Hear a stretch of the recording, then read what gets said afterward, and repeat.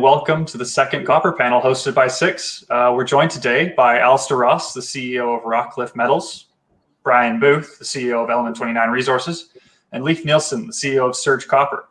Today, in this panel discussion, we'll be covering the future of copper and everything from here to there. As always, you can submit your questions at any time during this panel discussion using the right-hand side of your screen in the Q&A panel. This summit is being recorded and will be available to watch afterwards on six.com. And with that, we're going to launch right into it. So to start with, Leif, I'd like you to take a couple minutes, introduce yourself, introduce your company, talk about what's happening. Sure. Thanks, Cam, and very happy to be here. My name is Leif Nielsen. I recently came out of a 15-year career in investment banking, most recently with Macquarie Capital, which is the large Australian-based investment bank. Joined Surge as the new CEO in January of this year. The company is in the middle of a bit of a board and management refresh that's been going on since we did a financing last fall. The strategy is really focused around consolidating a very big land package around the Huckleberry mine, which is one of Imperial Metals mines in British Columbia. Currently on care and maintenance, one of their assets that they're probably looking forward to assessing restart economics around. Surge controls a very large resource base on these properties and is focused on exploration and development to advance those projects over the next couple of years. Thank you for that. Brian, I'll pass it to you. Sure. Thank you, Cam. I'm Brian Booth, President and CEO of Element 29. Been in the mining business for plus 35 years, spent first 23 years with Inco Limited, and then went out and started at Lakeshore Gold, which is currently owned by Pan American Silver, and was the chairman of Claude Resources, and now joined the board of SSR Mining through that transaction. In the last 12 years, I've been working in copper in Peru, and then, of course, the last 2 years with Element 29, and looking forward to advancing our two projects that are, already have historic resource plus a lot of drilling that we can rapidly move forward to, higher levels of engineering and other studies as we move forward in Peru. Thank you. Wonderful. Thank you. And last but not least, Alistair. Hi, Alistair Ross, the President and CEO of Rockcliffe Metals. My brief history is I worked with the majors most of my career. Unfortunately, it's about 40 years now, Brian. Sorry, 5 years picked on you there. And mostly in base metals and some in gold. The last major job I had out there was president of Lonmin in South Africa, the world's third largest platinum group company. Joined Rockcliffe about just nearly 2 years ago now, primarily because I really liked where copper was going at that time. And we'll talk more about why I think it was a really good idea, given what's happening now. And of course, the land package is a great jurisdiction. So what Rockcliffe has is a number of claims and a large area in Manitoba that we've done a lot of advanced exploration on now. Key being the PEA that we published just around Christmas time. Key results in that PEA were roughly a 70 million NPV with about a 30% rate of return on that project. But I think the important part that we want to show there is that was at $3.15 copper, $1.10 zinc, and $1,500 US dollars an ounce for gold. Clearly, economics look a little different if you push today's prices into the model. The two key issues that we're working on now are, as a result of the findings of the PEA, is how do we extend mine life from beyond the 6 years that we have there at the moment. We'll talk a bit later about what we're doing there. And then the other thing is how do we reduce capital? And one of the things we really like about the frothiness of this current market is that, when we started all this work, copper was back at $2.60 a pound. And we were really looking at how do we keep the operating costs down to have margins available on these shallow, near surface deposits that we have in Manitoba. And of course, as prices go up, we can afford a slightly less operating margin than we thought we'd do, or a higher operating cost, but a lot less capital, because the PA said for us to raise the capital we need was a bit much. And so now we're pretty excited about alternative ways to reduce that capital down. So in a nutshell, that's where Rockcliffe is at the moment. Wonderful, thank you. Now that we're all a little bit more familiar, let's get into the meat of this panel discussion. And with that, I'll ask the first question. Of course, nice and simple, and I'll field it to the entire panel here. So feel free to answer. But what does the panel think about the future of copper in the realm of modern technology? So I can start if you'd like. I think the key trends that I think all of us are aware of and are certainly excited about in terms of the macro trends behind the copper market are a mix of the mega trends in the EV adoption in the global vehicle fleet, as well as the mega trend around renewable energy generation. So really both of these, I think, tie into the thematic of climate change and industry and technologies approach to combating that challenging issue for our times. So really, in both of those spheres, as you look toward more and more adoption of EVs in the global vehicle fleet, as well as energy generation and transmission systems around renewable power generation, the intensity of the usage of copper in all of that, all those technologies is significantly higher than their competitors or the older technologies there. So really, a lot of those trends are what's driving these forecasts that we're seeing coming out from metal market analysts, investment banks, et cetera, talking about significant growth on the demand side in the coming years.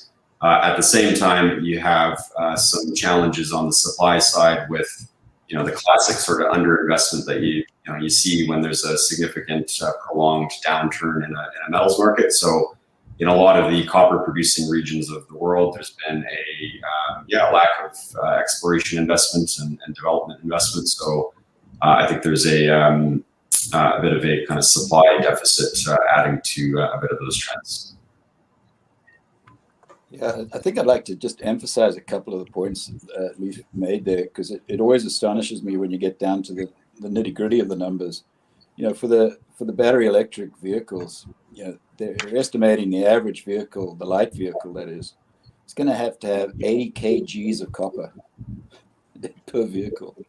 And that's 4 times the average internal combustion engine usage of copper. So the other piece that I find fascinating about the electric vehicle story is that BHP did a big report that they published in, I think, April or May of 2019, so before the pandemic and everything.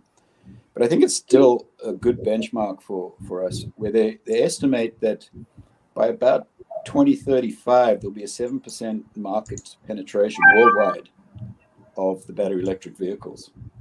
And what I find interesting about this, and that's the low end, if you take the mid-end case, just to provide the metal by 2035, to have a sort of 15% penetration of the electric vehicle market, we're going to need 1 million tons a year of copper, just for the vehicles.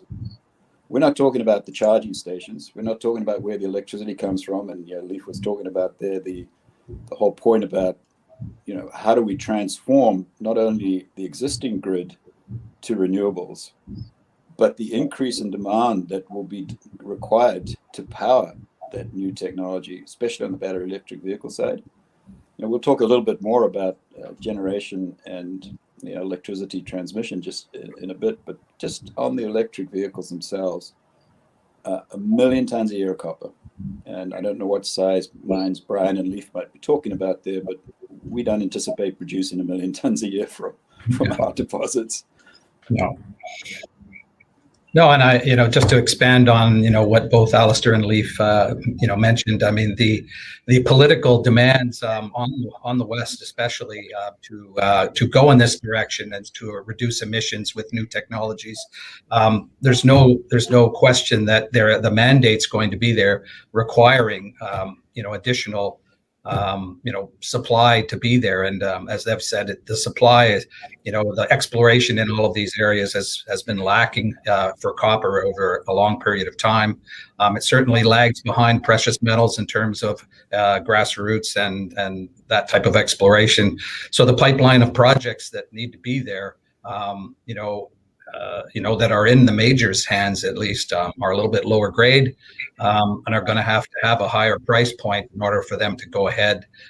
So I think that's what you're seeing, a surge in these prices, because it's going to be a lot easier to expand a mine with lower grade material than it is to build a mine, which takes a long period of time now. So those are all the challenges that we're going to face. And all this electrification, I mean, we can give you a lot of examples of areas where the demand's going to go up 3, 4, 5-fold compared to what the market is today. So I don't see any changes to that, and we're going to have to find a way to get that supplied so that we can make those adjustments to the electrification. Absolutely. Thank you all for that. To that point, what does the panel believe the fundamental value proposition for copper is in the new green economy? Alistair, would you mind leading the charge on this one? Sure. So if you think that populations will be driven towards electric vehicles by government legislation and, of course, their own desire, I think the big story here is where Leif was talking about just now, which is where does the new electricity come from, as well as replacing any of the fossil fuel driven current generation plants. And I think, Leif stated this, but we'll just put some numbers to it, is that I do find it interesting that the International Energy Agency's 2020 report upped their amount of solar generation from 2018. So just 2 years later, they upped their amount of solar generation coming onto the grid by 43%. And the reason they're able to do that is, I don't know if you've been seeing the headlines recently, is that the cost of generation from solar has plummeted to, it's hitting around now the $20 per megawatt hour to produce from these plants. So it's clearly, it's not only cost competitive, it's cost advantageous now if you're building a new plant, assuming you're in a place where there's sunlight, of course, but a lot of places do. And so it's very clear that a large piece of how we get rid of fossil generation plants, but also increase capacity, is going to come from renewables now. And the big story about that is the amount of copper required per megawatt compared to fossil. So there's reports saying up to 12 times the amount of copper per megawatt production is required for renewables. And notice that the cost of generation is still incredibly low. It's better than fossil fuel. And the other thing I like about the battery electric vehicle story is that if you get to a mid-level penetration by 2035 of, say, 15% of the world's light vehicle fleet, that's 1.3 million barrels a day of oil that's not consumed. 1.3 million barrels a day. So I think this whole combination of electrical generation plus the transfer over to BEVs is the big story. And I can't emphasize enough, and I think we'll talk to it later, about the role of copper compared to all other elements. It is the dominant element required at the fundamental place to either construct them in the case of the turbines in the generation plants, or specifically connect them. And I love that fact around offshore wind plants. When there's about 4.7, I'm just going to check the number here. Yeah, there's 4.7 tons of copper in a wind turbine. 4.7 tons. So as these get built, the consumption of copper is going to be just screamingly high. And we'll tie it back to macroeconomics relief was just now, with the governments demanding much of their post-COVID expenditures to boost economies, to create green economies. We're going to be scrambling to bring these mines online.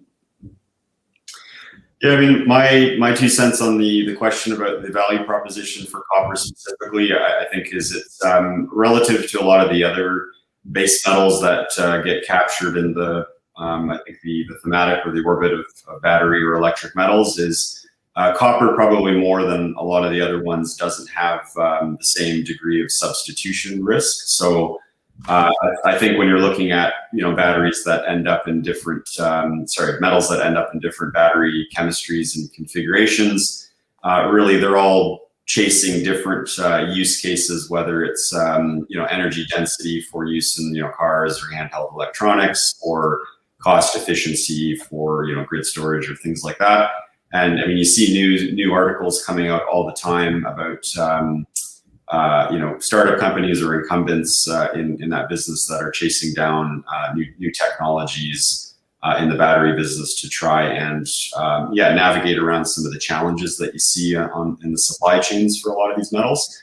Copper is quite a bit different there, both because of the physical nature of the metal, but also I think the supply side. So it doesn't face the same challenges as something like cobalt, where it can only be found in a few places in the world and size, and there's challenges associated with those locations. But then on the physical side, I think it's it's the quintessential electric metal. If you want to move current somewhere, it's the way to go. There are cases where it makes more sense to use something like aluminum versus copper, but broadly speaking, it has the broadest range of physical characteristics in terms of moving current, ductility, ability to sort of mold it into wires or other shapes that are necessary for technological applications, and supply in general. It is we're obviously talking about positive market dynamics here related to supply and demand dynamics, but copper is, relatively speaking, a metal that is can deliver the goods in terms of delivering substantial volumes to meet these end use applications. So to me, the biggest point about its value proposition in a lot of these trends is that it won't suffer the same, I think, volatility risks that you see with nickel, cobalt, other metals like that, as it relates to substitution risk in its end markets. Yeah, and that's just to expand on that. I can't see the market is only going to be expanded. It needs a reasonable price for a lot of the supply to ever be met. So I can see only a value increase to the price and of copper in the traditional economies. That there's still going to be the normal uses for copper in houses and so on and so forth is not going to change. But with all these new advances that we need to meet these new the new emission reduction scenarios. There's no way that the copper market can go the other way, I don't think. So it's really going to see, the demand is going to be intense, but the supply is going to be tight. So that's going to keep the price, I think, high for a little while. Fair enough. And to this point, clearly the conversation is wrapping up around how copper is integrally linked to the green revolution and electrification, of course. But what differentiates copper from other commodities such as nickel, lithium, manganese, and graphite that support green energy? Yeah, I think both Leif and Brian sort of touched on that, and maybe I'll just underline what I think I heard them say, because it's certainly, I think it's pretty factual. A lot of those metals are linked specifically to the battery manufacture, and it doesn't matter, as they said, is it the storage end or is it the high output end needed for vehicles. Copper, yes, it's used in the batteries, but the major use for copper won't be inside a battery. It's going to be about the electrical power grid. It's going to be the generators, it's going to be the transformers, and then it's going to be all the cabling.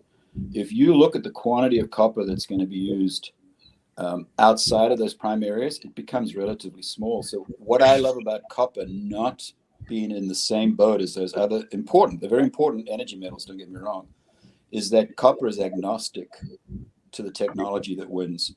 So let's say nickel, cobalt, manganese dies, and suddenly lithium, iron, something comes up. Copper doesn't care. It's waiting there to either direct the energy into the battery or take it out, and so then it's there for all the green generating that needs to occur. So I don't know if that's where Brian and Leif were going, but that's what I would add to that urbanization is another big mega trend that's been afoot for many years and will continue well into the future. This is a thematic that other folks in the copper business I think have been talking about in earlier cycles, that the rapid urbanization of very large populations in Asia is one of the key drivers to demand there, and that's a trend that has continued unabated and will sort of be part of the underpinning of demand for many years in the future. And what that relates to is, as Alistair was just saying, it's not about the high tech applications. It's actually about a lot of the low tech things in terms of connecting things together, moving current from point A to point B. So household wiring, basic appliances, all these things are a significant use of copper, and there isn't really a ton of substitution risk in a lot of those applications. That's right. And just to expand on that, just the charging stations that would be required if we just look at Canada as a whole, getting from point A to point B. If you're in the urban centers, it's quite fine. You charge your vehicle overnight, you move around during the day, you come back, you charge it again. But start to step outside of those cities. We don't have the grid, the charging station capacity around the country to allow the car, and then 40 minutes of charge. How are we going to have the lineups for those things? So there's a lot of technological changes that have to come so that charging gets more efficient, shortened. Because what is it, 5-10 minutes to fill up your car with gas? Well, no, you'll have big lineups with people trying to charge their vehicles around the country as they move around. Absolutely, thank you for that. Bringing it back to an earlier point, and certainly into very wrapped up in this topic, but maybe Brian, you could take this one. With the surge of demand for the commodity, as you've talked about, do you think there's going to be enough of a supply of copper, or do you think that we'll find substitute commodities for it? Maybe you could just elaborate on that subject. Sure. Well, over the course of my career, and all of us here, we've seen, the time from discovery to production is increasing all the time. There's stakeholders, there's different legislation, there's permitting, all of those things, environmental requirements, and so on. So added to those years, the market, moves very rapidly, wants change very rapidly. But the mines are taking longer and longer to build. So the established copper producers, it used to be 1% copper. Now, the copper grades are coming down, and the price had to come up in order for copper mineralization around mines that was considered not to be economic becomes economic, because it's going to be a lot faster to move that material through the mine than it is to build a brand new mine going forward. So that's the challenges that we're going to face, and I see supply being tight because the market wants the commodity faster than we can probably deliver it in the short term. That's going to mean the price is going to stay high, so that those companies can put in the capital, spend enough time to actually develop the copper that's readily available on their footprint. And it's going to be a case-by-case basis, which mines can go into lower grade material. Some won't have it, or be too far away, or it still won't be economic. So we're going to have to try and build these mines faster. So there's going to be tight supply, I think, over the next 10 years. Yeah, I agree with Brian's comments. I think we often talk in our company's marketing material about the prevalence of porphyry copper deposits as a source or supply of the metal.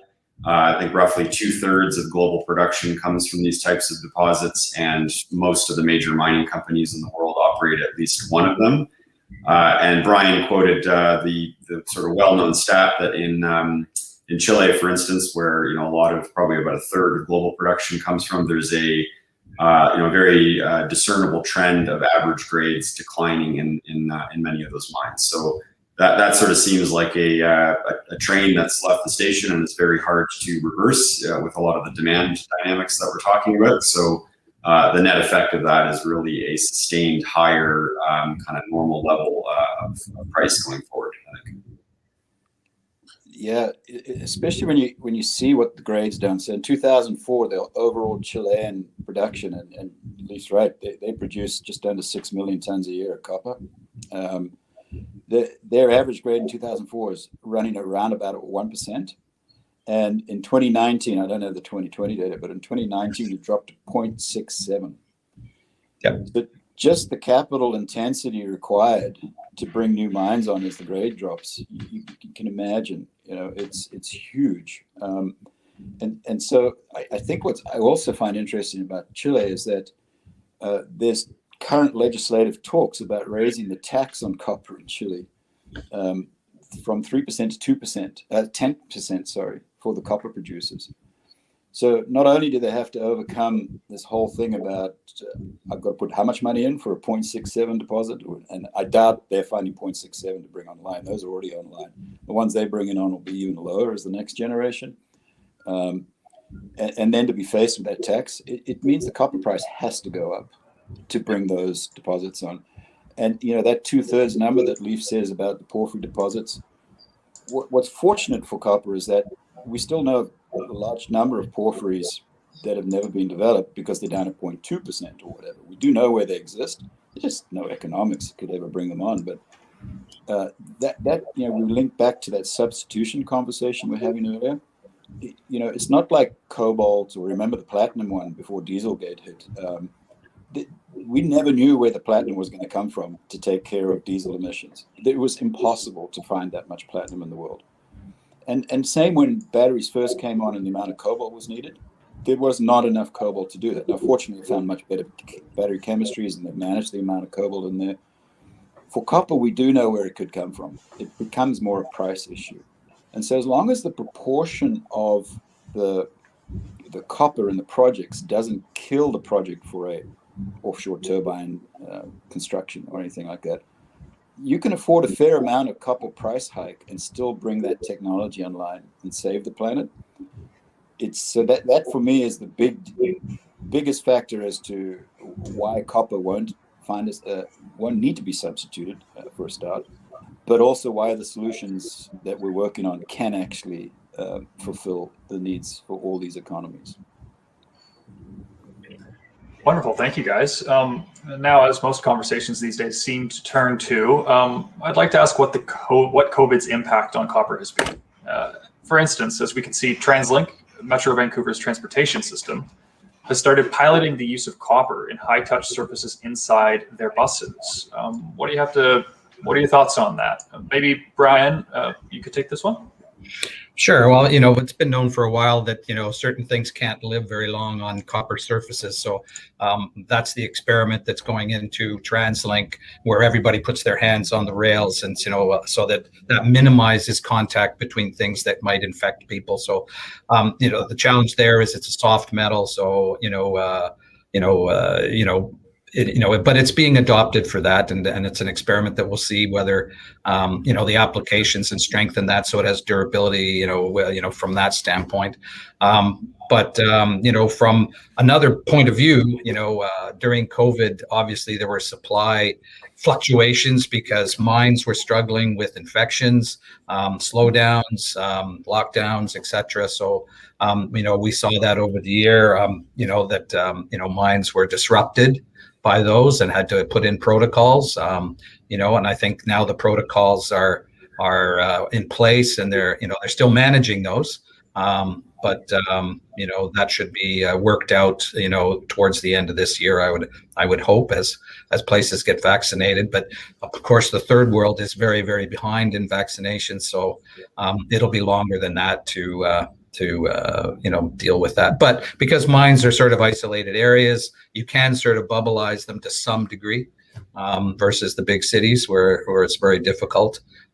So that's where I see things happening in the next little while anyways. Yeah, I mean, I think the stuff you mentioned about the use of copper for sanitation things is interesting, and as Brian says, it's sort of experimental. I don't see that being a panacea or a huge near-term driver of demand. I would be more focused on the supply disruption side. I mean, the pandemic is obviously not over. We're in the early days of the global vaccination program and the sort of global numbers of infections and death are sadly reaching all-time highs where we are today. It's obviously moving around to different parts of the world, but I think it will be, the end is not quite crystal clear yet in terms of impacts on supply chain disruptions and things like that. And then secondly, I made the comment earlier about urbanization. I mean, this is certainly one of the short-term impacts of COVID in where we live in Canada, and certainly lots of other places in the world, I think, has been a pause or a bit of a disruption to that trend of people moving closer and closer to downtown cores. There's been certainly a lot of disruption in real estate trends and that sort of thing. So there certainly might be near-term or short-term implications in terms of households end markets for copper that derive from some of those perhaps secular changes relating to urbanization and things like that. Yeah, and on that technology piece, maybe less about copper, because I think I agree with Leif. I don't think there'll be any short-term big boost for copper demand from that sector. But what I do find fascinating is what COVID has done that is changing the way we look, not only, as Leif said, about do I want to live downtown amongst 5 million people, it also, to keep the mines operating, the technology that's been adopted underground, I think is this incredible one that has long-term potential productivity enhancements, particularly for underground mines, because they've got this technology now where every person entering a mine, at the end of their shift, a report comes out about who were they in close contact with during their shift, and it just gets dumped and filed. And if one person reports symptoms of, in this case, COVID, they'll know who that person was in touch with. So you don't have to shut down this mine. You can say, oh, you were next to these 10 people, either in the cage or in a lunchroom, or no, you did this job together with them. And those people immediately pulled out and tested. And so they're able to control very rapidly any outbreak in a mine where it doesn't now just spread to everybody who happened to be in the warm room getting the lineup at the beginning of the day. So why long-term is this an advantage? Because we lose a lot of productivity to the flu virus. We have people with days off every year due to the flu virus. And we've never really bothered about trying to control it in the past because the impact is not at the level of COVID. And yet the impact is very significant. And so now we've developed these tools that says, you know what, I bet you we can control the flu virus and improve productivity. And I don't know if you saw the report for 2020. It's the lowest level of flu infection that the world's ever seen. And it's because we took all the COVID precautions. And so now it's available to us if we want to make that choice, where we can actually make a lot more from our mines with the same workforce by putting COVID protocols in that make sense anyways to protect us from any virus or viral transmission. So I'm very encouraged by how we're tackling COVID and the role on impacts. It's a bit like the space program. I now get a pen that I can write upside down on. We're going to have those. It's going to be big. And we haven't even asked, we don't even know which questions to ask for some of the uses of copper yet, that where technology can catch up for the demand 20 years from now. It's a bit beyond us, but that's going to happen too. It's certainly going to be very interesting to see where the world turns after this, this defining couple of years. But more to the previous conversation, due to the surge in price of copper, we'll most likely see a lot of new arrivals in the copper mining space. So what sets your companies apart from newer entrants? Alistair, if you could take this one. Sure. I think what I particularly like about where Rockcliffe has ended up is that we've got the PEA behind us, which has given us those two key pointers to look at. So we have a lot of data and we've advanced our permitting along significantly where, from the minute we get a decision or the money to go, need a few more studies, but get the studies out the way, it's 2 years to production. So I think that's a very short time frame for us to put metal into the market. And so depending on your time frame, that you're looking out on, it's beginning to look like this isn't a one-year high for copper. In fact, Goldman predicts something completely different now. They're the most aggressive of the lot, but maybe those are the right ones to refer to for this conversation. And so if you can say 2 years out, we're definitely still in a high copper price, we're not back in the $2 range, it starts to make financing very different for us. So what I like about our differentiators, we've got a lot of facts out there now.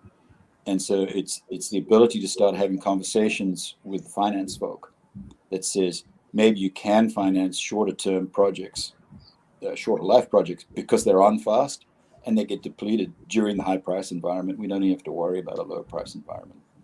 And we'll talk maybe a bit more about the sustainability of copper price a little later in the conversation today. But that's the key differentiator, is that we got the data and we can go fast. Absolutely. Leif, what do you consider to be the set apart from you and potentially newer entrants? Yeah, I mean, for our project, I guess the key thing and the focus of the strategy is that we are positioned right next to one of the mines in British Columbia that, as I mentioned at the top, it was placed on care and maintenance in 2016. At that time, it had a life of mine that was meant to take it to 2021. So there's around 5 years of reserve life left, and our deposits look to be the very logical extension of operating life with that infrastructure. We published a PEA around that time that characterized some of the economics around that concept. I mean, very, very high IRR and quite attractive economics around that. Where we sit today, we're focused on growing that concept and sort of bolstering some of the longer term value potential and value thesis around that. But more broadly, I mean, this is obviously a brownfields area of BC that we think will lend itself well to a pretty clear permitting path and path to production.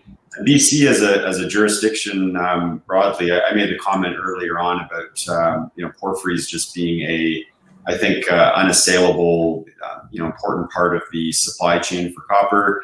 The majority of production comes from these types of deposits, and most mining companies have at least one in their portfolio.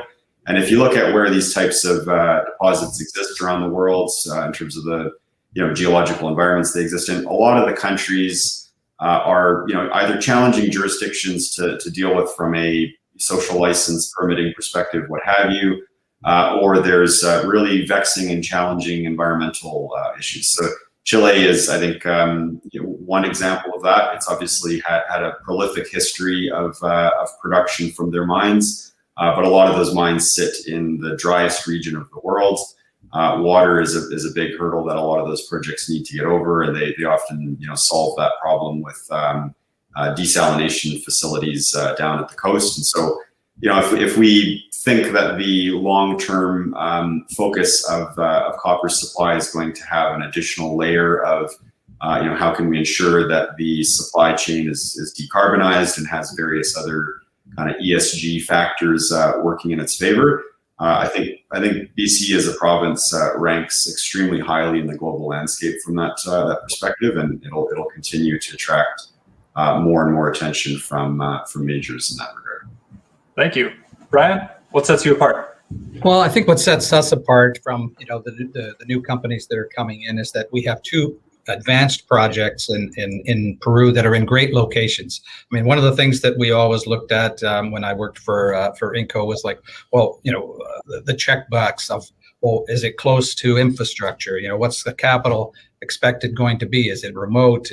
Does it have social license? And in both of our cases, our projects are big porphyry footprints. We certainly have SXEW opportunities in one of ours, which is a historic resource that was drilled off by Phelps Dodge in the 1990s when you needed 1%. We have, a historic resource at 0.67, which now puts it in the upper quartile of grade.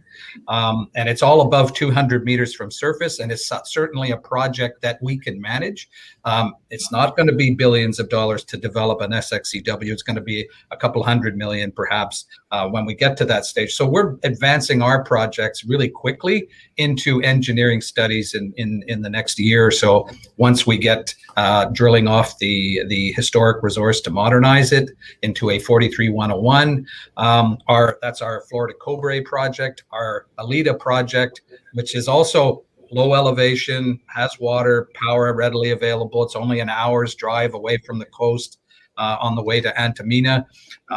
Again, a great mining situation. The social license, one community have had an agreement for 5 years, just renewed it for another 5.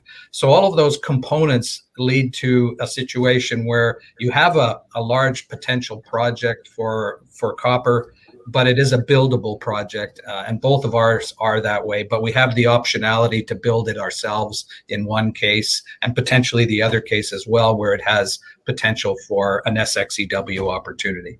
So I think that sets us aside. We're not a grassroots company. We're already starting with probably $15 million US worth of work done. We're just going to do the 2 resources this year, and that's going to be our starting point, and then moving quickly to PEA on the Florida Cobre project next year. Wonderful, thank you. I'd really like to move to the Q&A session, but before we do that, I'd like to do 2 things first and foremost. For everyone in attendance, we will be moving to the questions and answers portion of this panel in just a moment, but for the panelists, I'd like to take just a couple of minutes if you'd like to talk about any upcoming catalysts this year that you'd like shareholders to leave knowing. Let's start with you, Leif. Sure. So at Surge, we've actually recently completed a 20,000 meter drill program that ran from November to March of this year. It's the first drill program that's taken place at our main project in a number of years. There's a bit of period of underactivity in this corner of the market, of course. So quite excited about the results that have come out of that. We've probably released about half of the results from that so far. So and definitely saw some excellent drill intervals come out of that. So expecting to see more of the same with the other half that will be coming out over the following weeks. We're also very excited to be launching the first Ztem geophysical survey across the entire Huckleberry district where we're based.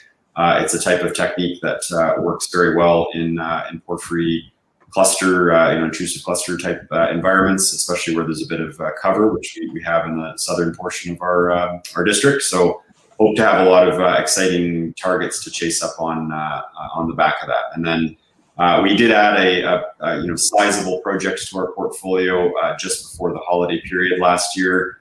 This will be our first year as operator of that, so we'll be getting in there with some drill rigs later this summer, and getting at that for the first time this year. Thank you, Brian. Some catalysts upcoming, just quickly. Sure. This year we're well funded. We just completed the IPO, so we're very shortly. We anticipate getting ready with the drilling at our Alita project. This is a very large porphyry. There's already 18 holes, with half of them over 500-meter intersections at very good grade copper, molybdenum, and silver. We'll be expanding and drilling additional holes in that, and we'll come up with a maiden resource for that towards the end of the year. So there'll be a lot of news flow on drill results on that project.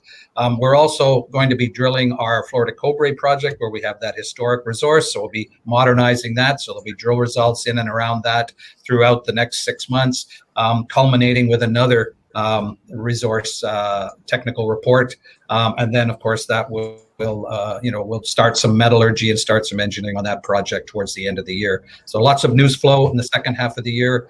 So it should be a great year. Thank you for that. Alistair, anything to add? Yeah, for us, as we said, the 2 key things that the PEA directed us to take a look at, one was the initial capital, and the second was the length of the project. We're doing a lot of work on how might we double the length of our project. So towards the third quarter of this year, we should have enough data in our belts to see if we can actually achieve that doubling. It looks feasible at the moment. So once we double the length of the project, it certainly takes care of a lot of the financing issues, especially for debt capacity. So we're pretty excited by what's potentially available to us there.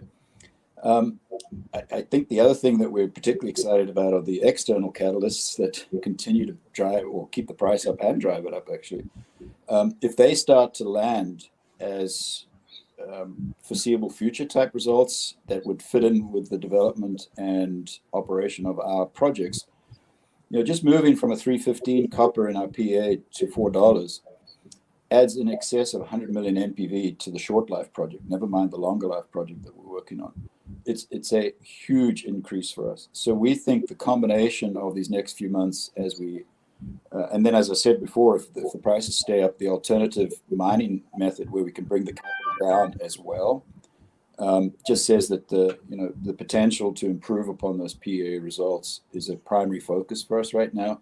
And towards the third and fourth quarters of this year, we'll have the data that hopefully will support those intentions that we have right now.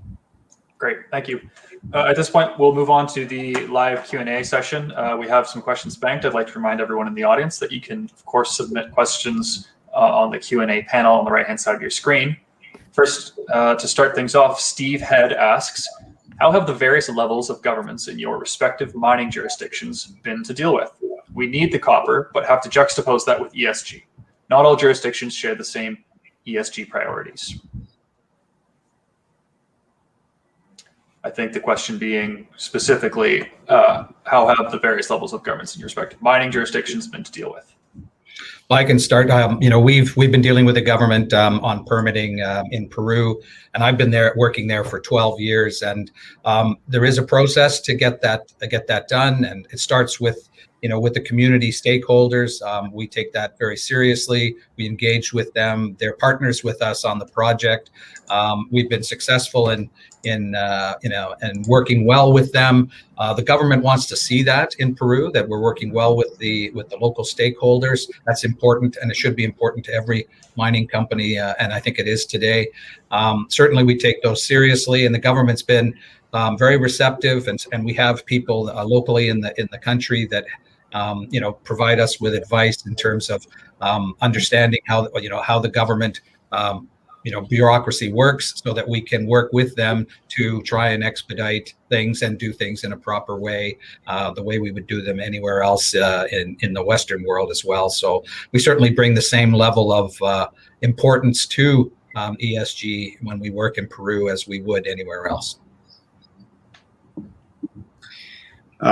Just to speak to BC, where we operate, I mean, it's obviously a tier 1 mining jurisdiction with a fairly well established permitting regime, and we're obviously at the exploration stage right now, so not in the process of moving a project concept through full permitting, but certainly have very smooth experience with dealing with the mines ministry in that regard. And echoing what Brian said, I mean, obviously interactions and consultation with local indigenous communities is a key part of resource development in any jurisdiction in the world, and BC is no exception to that. We, as I mentioned before, are based in a fairly brownfields area in BC, and have very good and long-standing levels of consultation and engagement with our respective First Nations communities in our area. And I can echo the same. Manitoba at the government level have been extraordinary to us. They've actually granted us a concierge. We have one-stop shopping. Before, you'd have to go off to the hydro folk, and then off to the environment folk, and then the labor folk. I think Manitoba's really tried to push themselves back up the Fraser Institute rankings, and I think they've made some really good steps along the way. The other piece of that is we've enjoyed extraordinarily good relations with the First Nations, particularly at Norway House, who have partnered with us in our major drill program at the Tower property. We were able to give them jobs. They provided services for us. So I think we've enjoyed great relationships with all the governments that we've been involved with. Thank you. Christopher Maltlin asks, at what price do you believe copper substitution occurs in various industries? Example, copper for aluminum. I would say it's sort of a question on what the use case is, where substitution makes sense. I don't think it's simply a matter of price point and time factors in considerably there as well. I mean, I think if there's a spike in price where end users are really thinking through those substitution questions, it's really I think views on how long those price differentials are going to be in place are brought into question. And we were obviously talking earlier about the copper industry. I think has pretty good ability over the long term to respond to pricing signals, maybe not over the short term. So we'll see what sort of environments do evolve in the future there. But yeah, I think it's really a question of what usage applications are actually appropriate to look at substitution for. For examples like aluminum, there certainly are situations probably with things like transformers or distribution in well kind of insulated environments where that could work. But I know there are a lot of engineering complications and concerns around that example of substitution. I agree. I agree. I don't have any other. Fair enough. The next question comes from Jacques Gavin. How much copper was produced globally last year, and how much is expected to be produced this year? And what is the present global demand? How does it look like a few years out?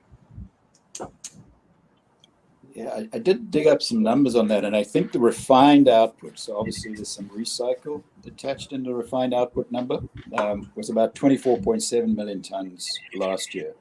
Mined output was obviously somewhat lower than that without the recycle, and it was actually almost the same as the year before.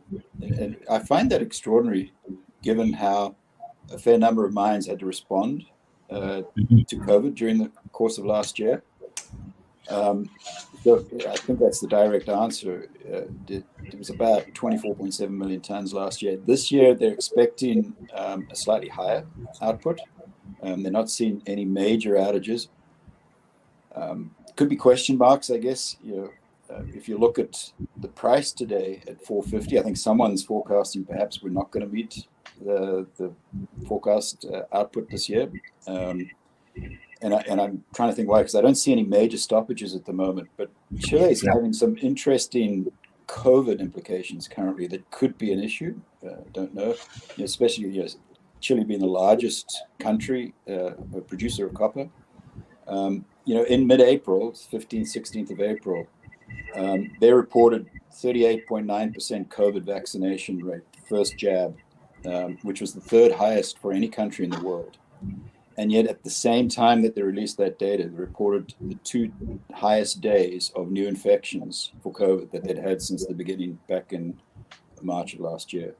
So there's something going on in Chile, and if it means a major shutdown, clearly we're not going to make that amount of copper that has currently been forecast. And maybe that's a bit what we're seeing in the price at the moment. Yeah, I would echo that, is that, the challenges with COVID, we're not out of that yet. It's more likely that it's going to create problems with supply over the course of the year versus years where we had no COVID disruptions. So we're going to see how that plays out through the rest of the year with the new variants. And, I think no one really knows how much it could disrupt supply as we go forward in the bigger producing countries.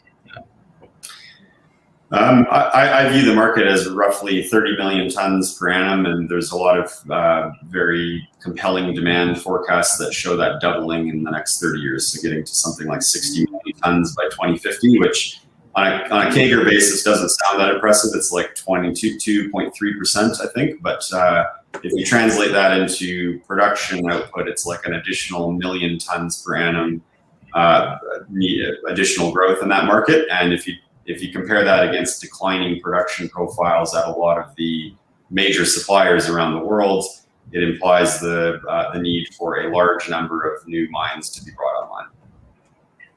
Okay.